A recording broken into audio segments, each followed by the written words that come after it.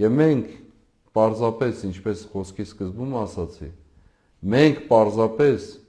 այլ ճանապարհ չունենք, քան առաջնորդվելու աստվածային խոսքով, որպես հիմք, մտածում մեր բոլոր գործողությունների։ Բոլոր, անկախ նրանից, թե ինչ մակարդակով եւ ինչ կերպով կընկալվի դա։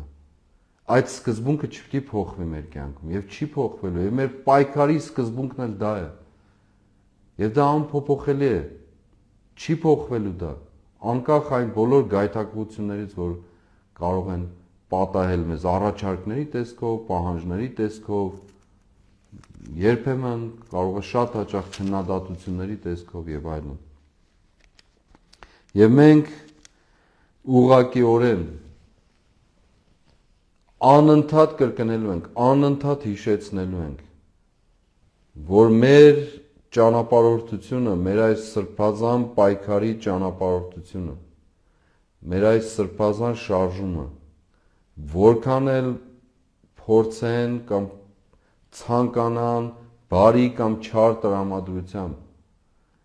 նկատել որպես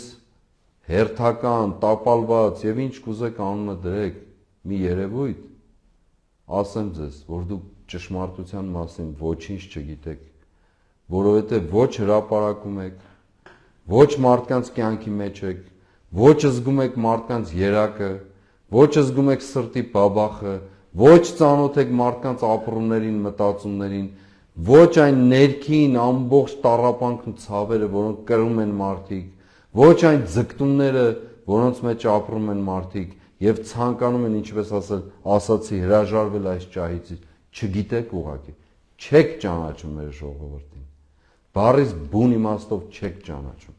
Դուք ճանաչում եք ձեր շրջապատը, ձեր շրջակայքը, ձեր մեծ ու փոքր քաղաքական թիմերը, ձեր այսպես օազիսներ սարքած, ինքներդ ձեզ համար օազիս, ոչ օազիս։ Այդ միջավայրերը փոքրիկ ճղճիմ, այնտեղ մեծ երևալու ձգտումով, սակայն չեք ճանաչում ոչ մեր ժողովրդին,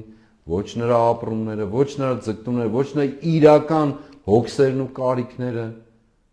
եւ ոչ էլ նրա հաղթանակի կամքը։ Ես ճանաչում եմ։ Այո, տարիներով ապրել ենք դրա մեջ։ 30 եւ ավելի տարի։ Ամենօրյա զգացողությամբ այսօր էլ,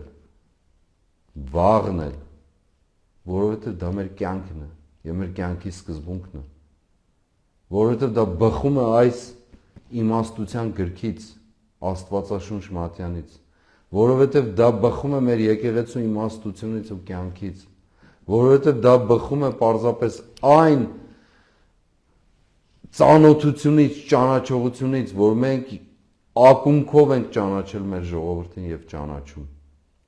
Անկախ նրանից, թե ինչ վերագրումներ կտրվեն։ Այդուհանդերձ ես այո, հաստատ ասում եմ, հաստատակամ, որ այս ժողովուրդը անցել է ծաղկազարդի ճանապարհով, անցնում է այսօր խաչելության ու տառապանքի ճանապարհով, բայց իր տեսիլքը, երազը, հայացքը